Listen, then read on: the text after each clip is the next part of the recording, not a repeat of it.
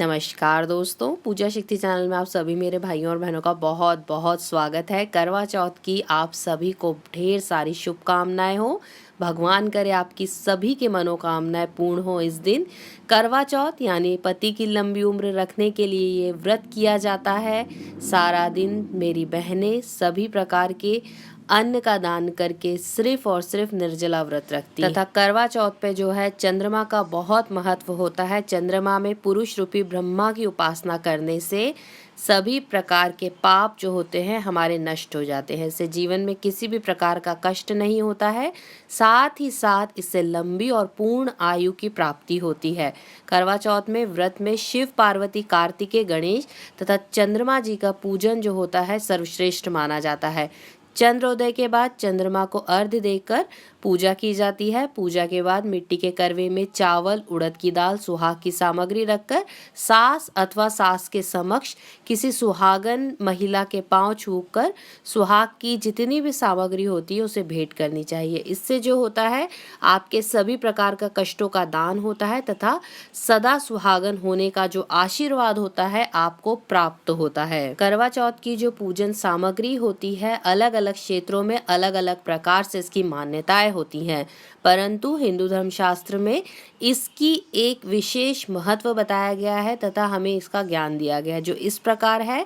पूजन सामग्री में हमें कुमकुम, शहद, अगरबत्ती, पुष्प, कच्चा दूध, शक्कर, शुद्ध घी, दही, मेहंदी, मिठाई, गंगा जल, चंदन, चावल, सिंदूर, मेहंदी, महावर, कंघा, बिंदी, चुनरी, चूड़ी, बिछिया, मिट्टी का जो करवा होता है तथा उसका ढक्कन जो दीपक भी हो सकता है, रुई, कपूर, गेहूं, शक्कर का बूरा, हल्दी, पानी का लोटा, गौरी बनाने के लिए पीली मिट्टी, लकड़ी का आसन, छलनी, 8 पूरियां, जो अठावरी हलवा होता है वो, दक्षिणा के लिए पैसे।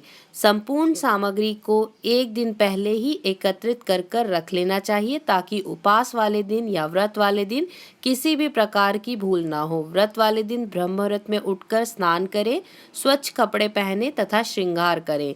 इस दिन श्रृंगार का बहुत महत्व होता है तथा श्रृंगार जितना ज़्यादा कर सकते हैं उतना करिए। मेहंदी लगाइए, सिंदूर, पायल बिछिए, मंगलसूत्र तथा और भी श्रृंगार में आप अपने केशों में सजाने के लिए विभिन्न प्रकार की सामग्री का उपयोग कर सकते हैं, जिससे कि आपको सौभाग्यवती होने का आशीर्वाद प्राप्त होगा।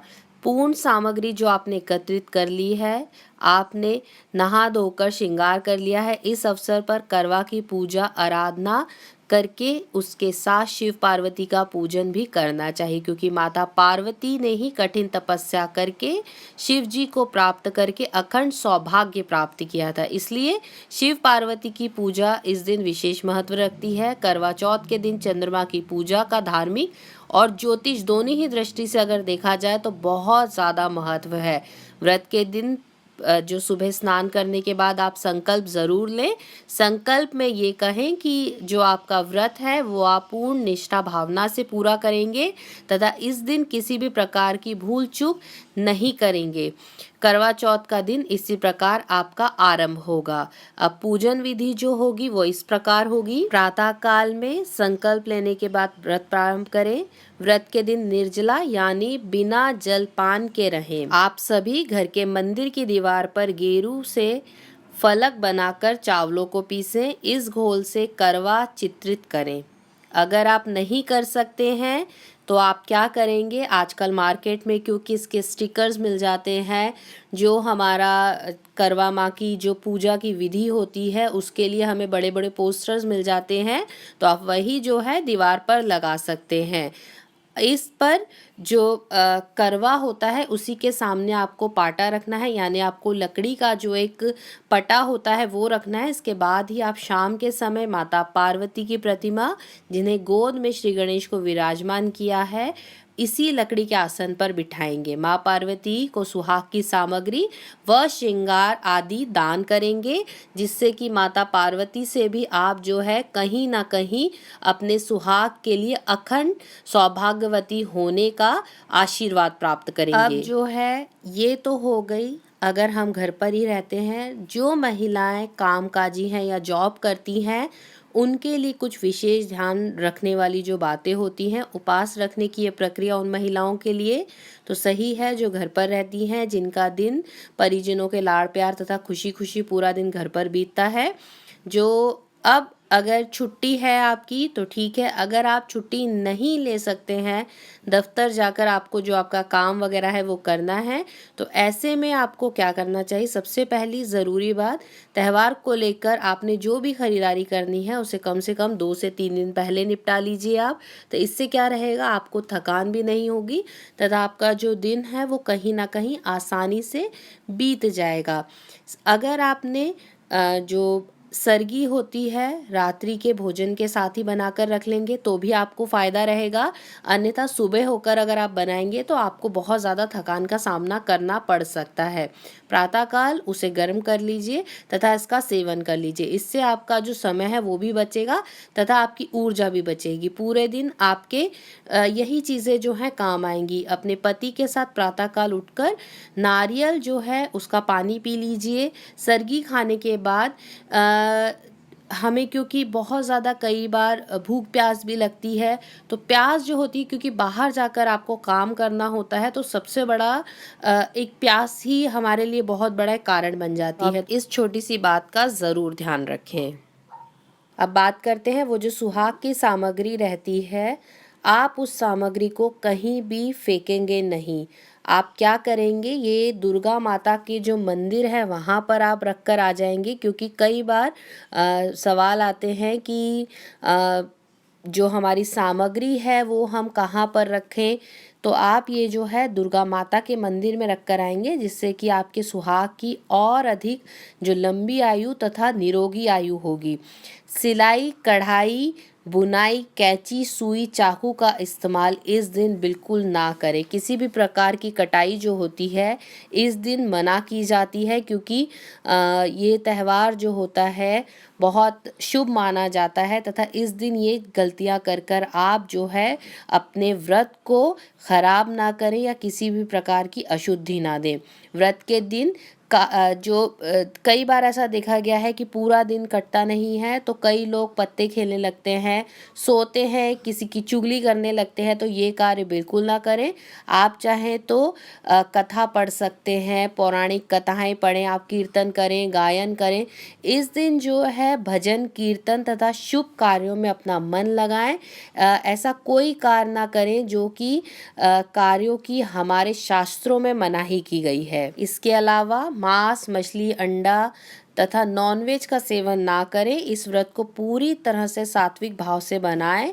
जिनकी पत्नी का यह व्रत हो, कृपया वो भी इस दिन इन बातों का ध्यान रखें कि आप नॉनवेज का, शराब का जो सेवन है घर में बिल्कुल ना करें तथा बाहर से भी ना कर आएँ, क्योंकि आपकी जो वाइफ है वो आपके लिए ही इतना व्रत रख रही है, दिन भर निर्जला रहेगी वो।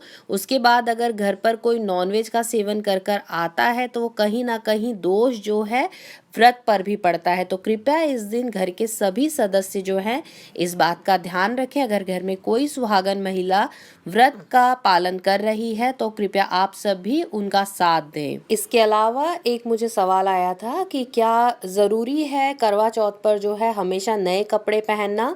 तो नहीं, ऐसा ज़रूरी नहीं है, क्योंकि हम करवा चौथ पे जो है अपने शादी के वस्त्र या हमारा जो शादी का जोड़ा होता है मोस्टली उसे ही धारण करते हैं। परंतु इस बात का ध्यान ज़रूर रखें कि जो भी जोड़ा आप पहने वो फटा हुआ ना हो तथा पूर्ण रूप से साफ हो। बस इस बात का ध्यान रखें कि साफ पूरा होना चाहिए, उसमें कहीं भी कोई गंदगी ना लगी हो, तब आप उसी जोड़े का प्रयोग जो है अपने करवा चौथ पर कर सकते हैं।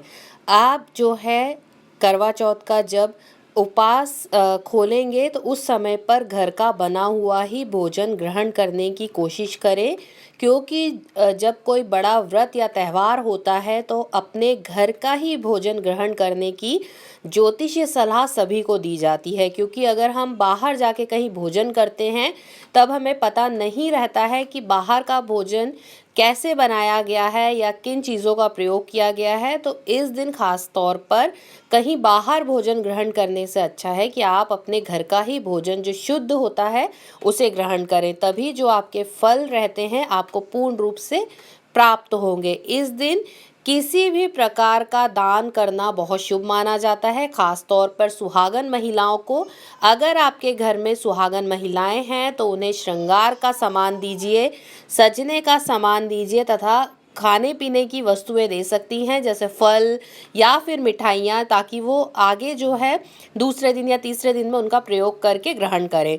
तो आप किसी भी प्रकार का श्रृंगार का सामान जो है अपने सगे संबंधियों को, सहेलियों को दान करें, जिससे कि जो आपको फल हैं उचित मात्रा में प्राप्त हो तथा बहुत अच्छे प्राप्त हो। तथा आखिर में सभी बहनों से यही आग्रह रहेगा कि इस दिन काले, भूरे, नीले कपड़ों का जो पहनावा होता है वो ना करें। इन कपड़ों को पहनने से बचें। जो लाल, गुलाबी, पीले, हरे कपड़ों का प्रयोग कर सकते हैं आप। काले रंग के कपड़ों का प्रयोग बिल्कुल निषेध माना जाता है करवा चौथ के शुभ अवसर पर। तो भाइयों और बहनों, मैं आशा करती हूँ आज का ये वीडियो आप सभी को बहुत पसंद आया होगा तथा हम फिर मिलेंगे किसी नए विषय पर चर्चा करते हुए। आप सभी का बहुत बहुत धन्यवाद मुझे सुनने के लिए। धन्यवाद दोस्तों।